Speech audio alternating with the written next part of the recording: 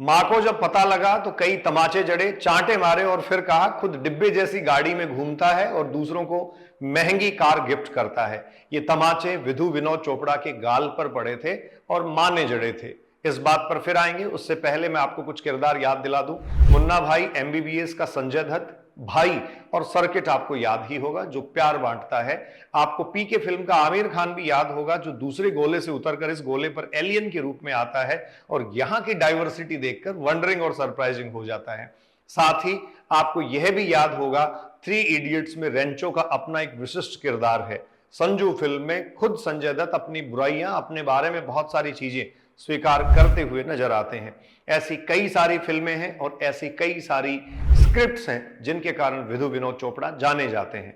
आज आप सोच रहे होंगे मैं विधु विनोद चोपड़ा की बात क्यों कर रहा हूं, क्योंकि स्क्रीन पे मेरे पीछे अगर आप देख पा रहे होंगे तो एक नई फिल्म आ रही है, 27 अक्टूबर को रिलीज होगी।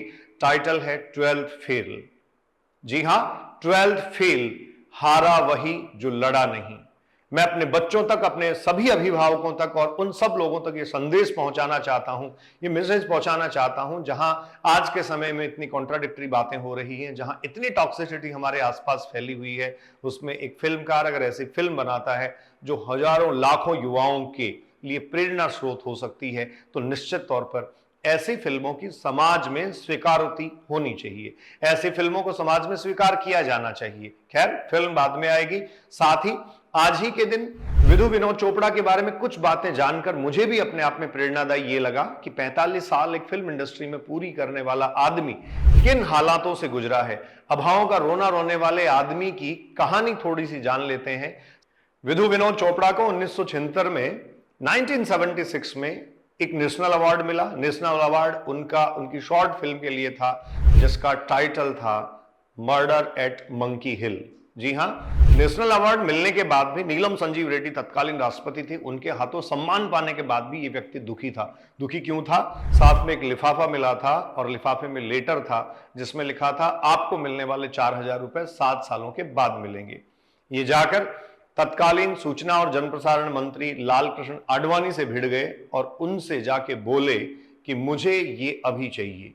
आडवाणी जी ने अगले दिन बुलाया और पूछा आप ऐसा व्यवहार राष्ट्रपति के सामने क्यों कर रहे हैं? तो उन्होंने कहा आपने नाश्ता किया है?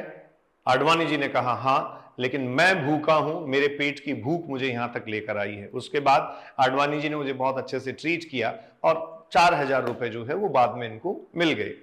इसके साथ साथ 1979 में the murder with various faces, different faces, एक इनकी और डॉक्यूमेंट्री थी जिसको ऑस्कर अवार्ड के लिए नॉमिनेशन किया गया, नॉमिनेट हुई, लेकिन वहां जाने के लिए भी हवाई जहाज की यात्रा करने जितने पैसे नहीं थे, ठहरने के लिए पैसे नहीं थे।